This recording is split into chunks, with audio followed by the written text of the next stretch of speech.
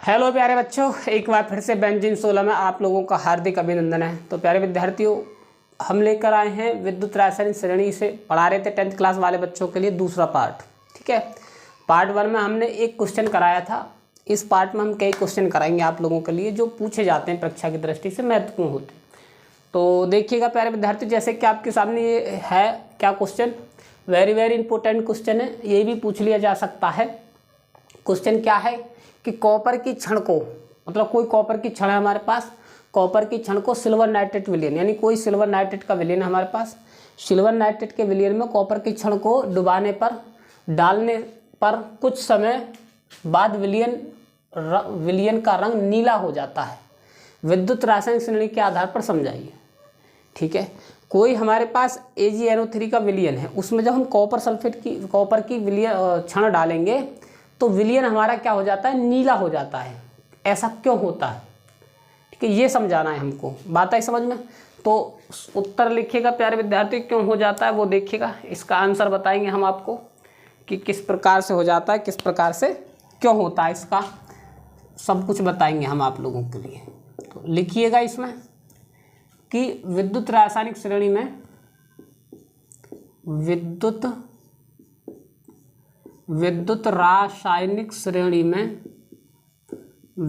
रासायनिक श्रेणी में विद्युत रासायनिक श्रेणी में कॉपर का स्थान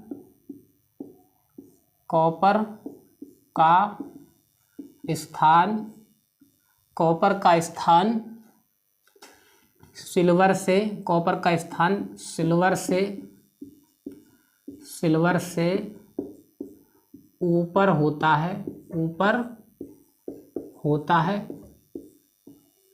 होता है तथा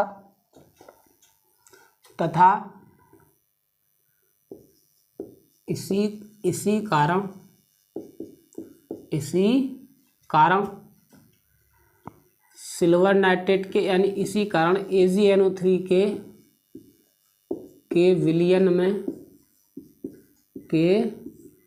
विलयन में कॉपर को डालने पर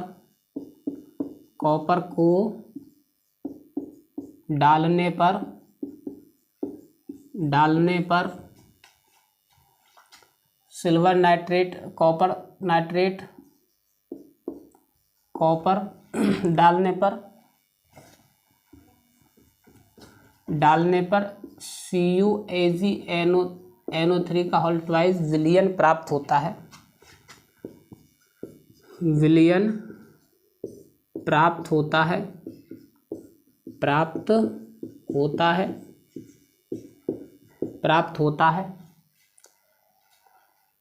CuAgNO3 विलयन का नीला विलयन प्राप्त होता है, ऐसे लिखना चाहिए। CuNO3 का होल ट्वाइस का नीला विलयन प्राप्त होता है। सिल्वर विलयन में नीचे बैठ जाती है।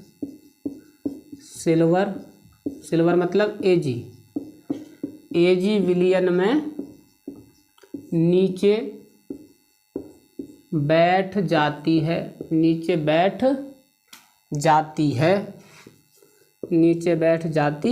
है।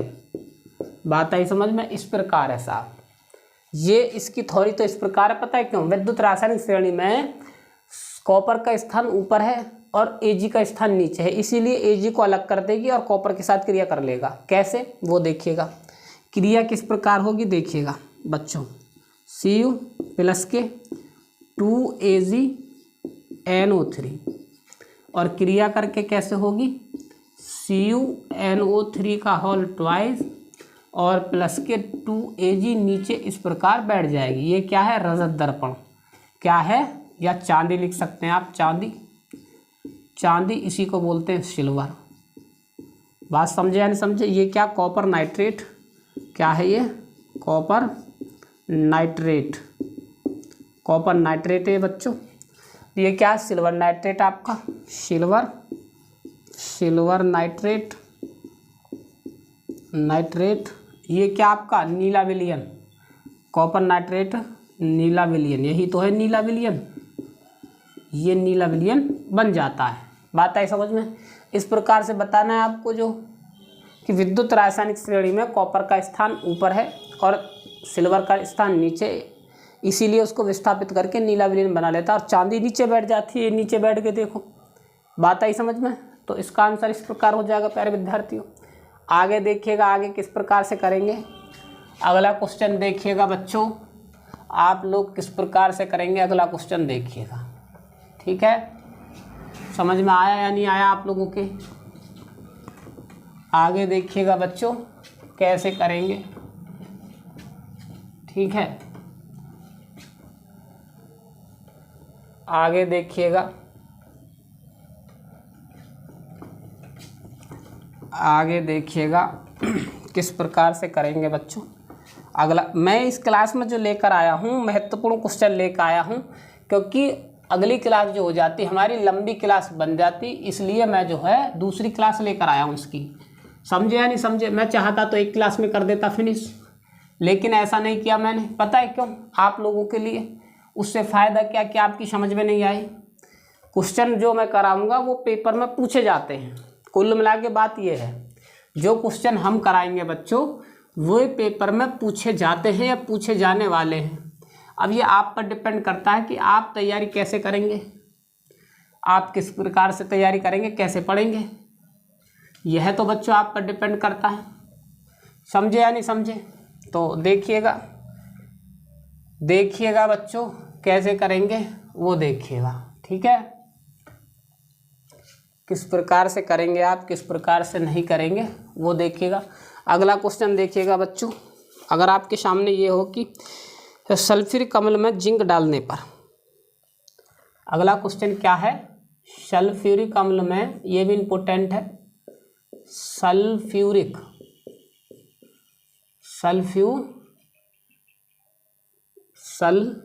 अम्ल में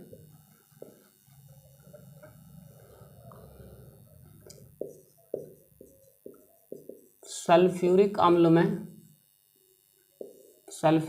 में जिंक डालने पर, सल्फ्यूरिक अम्ल में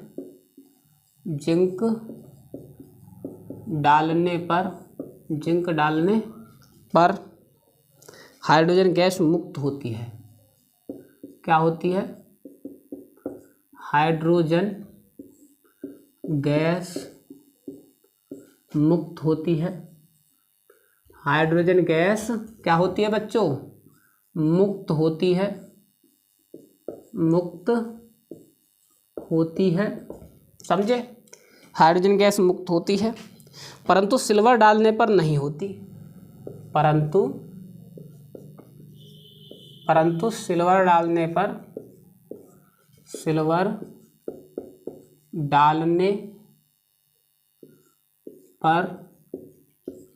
नहीं होती, सिल्वर डालने पर नहीं होती है। कारण बताइए,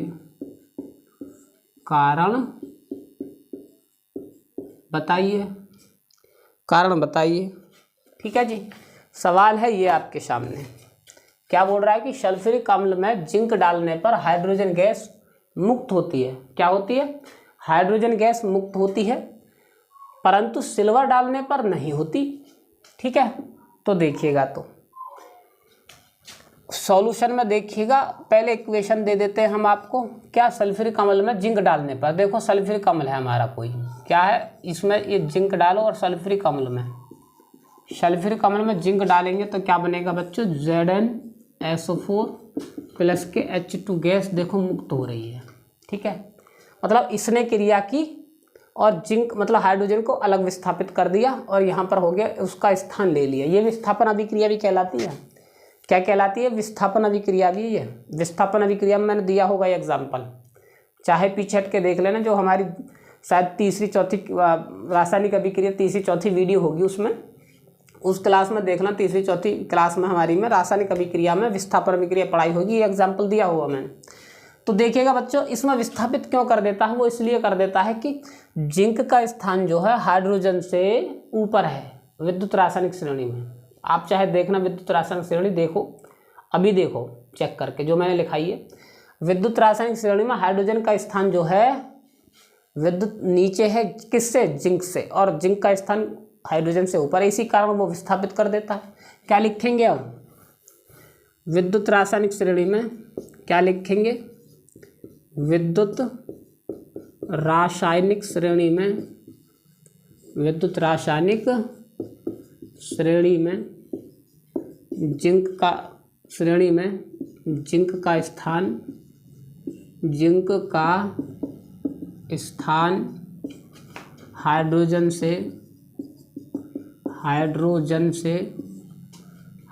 से ऊपर होता है, ऊपर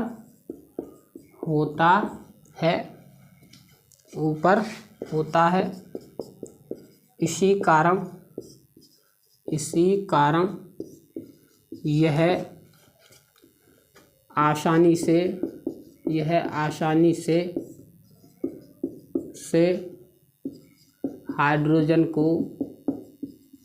हाइड्रोजन को विस्थापित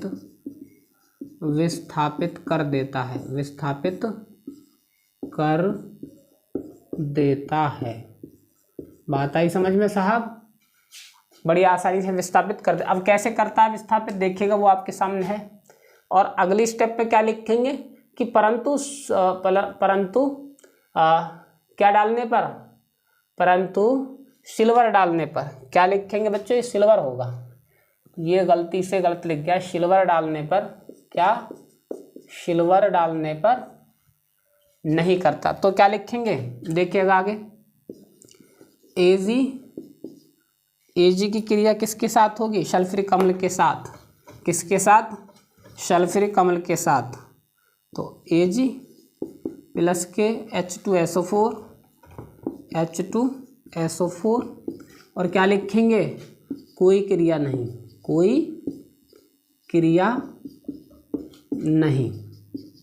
और क्यों नहीं होगी कोई क्रिया, वो इसलिए कि विद्युत रासायनिक श्रेणी में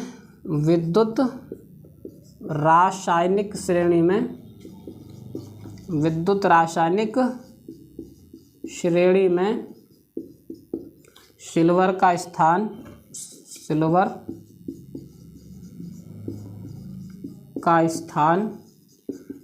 का स्थान हाइड्रोजन से नीचे होता है। इसी कारण यह विस्थापित नहीं करता। इसी कारण यह विस्थापित नहीं करता है। ये हो गया इसका आंसर। इस प्रकार से हो जाएगा बच्चों, कर लेंगे। कोई समस्या हो तो बताइएगा। बात आई समझ में? आसान है, कोई समस्या नहीं है। और ऐसे क्वेश्चन पूछे जाते हैं, आप लोगों को इन पर गौर देना है और बार बार रिपीट करने हैं सवाल।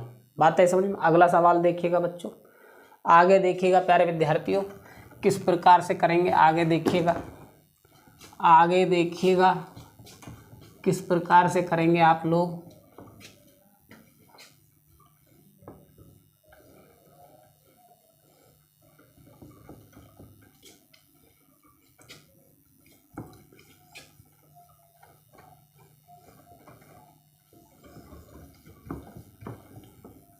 आगे देखिएगा बच्चों,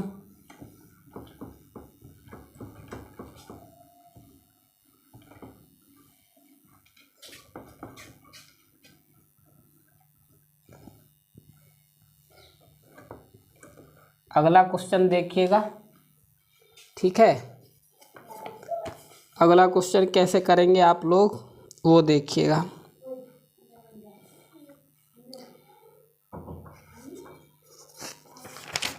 जैसे कि अगला क्वेश्चन देखिएगा बच्चों, क्या होता है जब, या फिर ऐसे लिख सकते हैं, या फिर कोई एक अच्छा सा क्वेश्चन ढूंढते हैं आप लोगों के सामने। किस प्रकार से करेंगे आप लोग वो देखिएगा।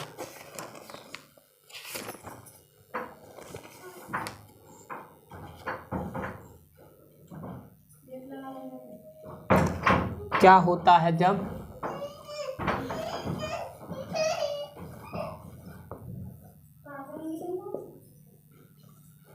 क्या होता है जब,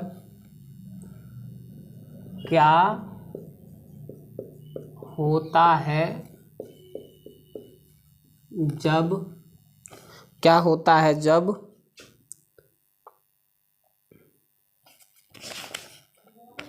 क्या होता है जब सल्फ्यूरिक अम्ल में,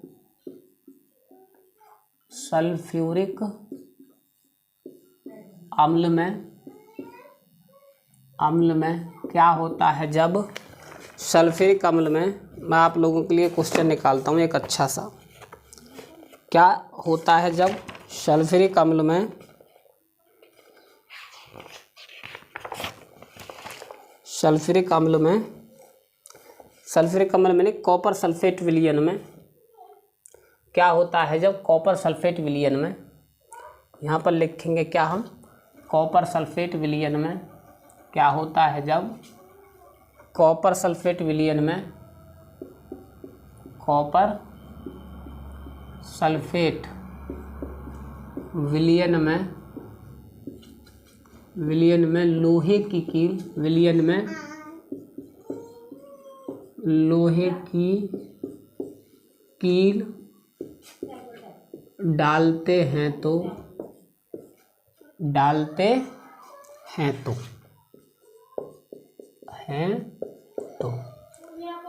अब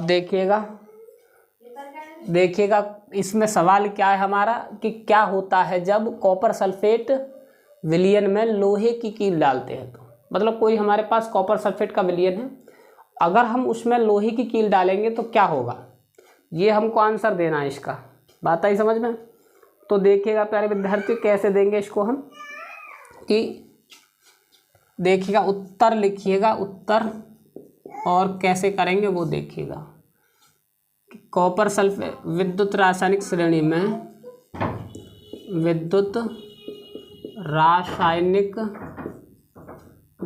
रासायनिक श्रेणी में, विद्युत रासायनिक श्रेणी में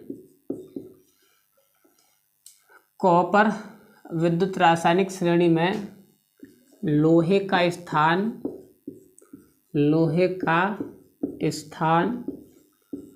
कॉपर से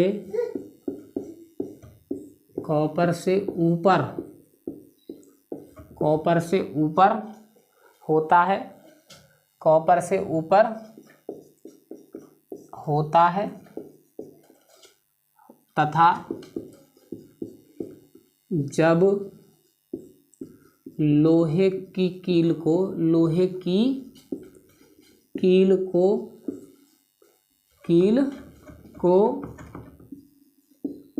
कॉपर सल्फेट के विलयन में, कॉपर सल्फेट के विलयन में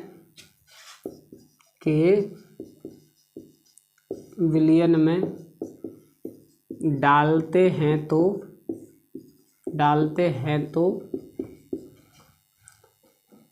विलयन से कॉपर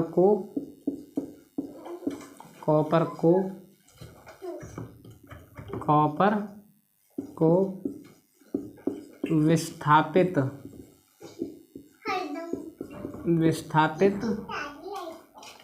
कर देती है, विस्थापित कर देती है। बात आई समझ में? तो अब देखिएगा तो प्यारे विद्यार्थियों किस प्रकार से करेंगे इसकी अभिक्रिया, देखिएगा कैसे होगी। मान लीजिएगा ये है क्या, लोहे की कील, क्या है ये, लोहे की कील। बात आई समझ में? ये आपकी लोहे की कील है, इसको अगर हम कॉपर सल्फेट के विलयन में डालेंगे, कॉपर सल्फेट का विलयन ये रहा जी, क्या है, कॉपर सल्फेट, ये है कॉपर सल्फेट।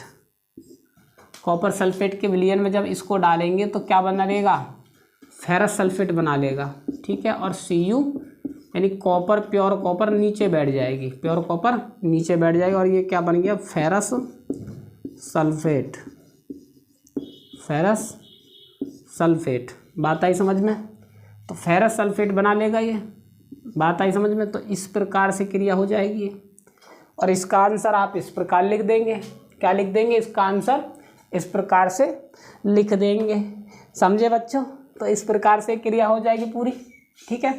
मैंने क्या लिखा है उत्तर में कि विद्युत रासायनिक श्रेणी में लोहे का स्थान कॉपर से ऊपर होता है तथा जब लोहे की कील को कॉपर सल्फेट के विलयन में डालते हैं तो विलयन से कॉपर को विस्थापित कर देती है और फेरस सल्फेट विलयन बना लेती है, और फेरस सल्फेट विलयन, फेरस सल्फेट विलयन बना लेती है, बना लेती है। बात आई समझ में? तो प्यारे विद्यार्थी ये इस प्रकार से होगा। समझे या नहीं समझे? तो अगर आपको वीडियो अच्छी लगे तो हमारी वीडियो को लाइक करें, शेयर करें और कमेंट करें। सब्सक्राइब करना ना भूलें, क्योंकि जब आप लोग अगर सब्सक्राइब करते हैं तो प्यारे विद्यार्थियों हमको ऊर्जा मिलती है, ठीक है। और कमेंट करें आपको कौन सी क्लास करनी है, कौन सी नहीं करनी, और ठीक है। तो मिलते हैं अगली क्लास में, तब तक के लिए धन्यवाद।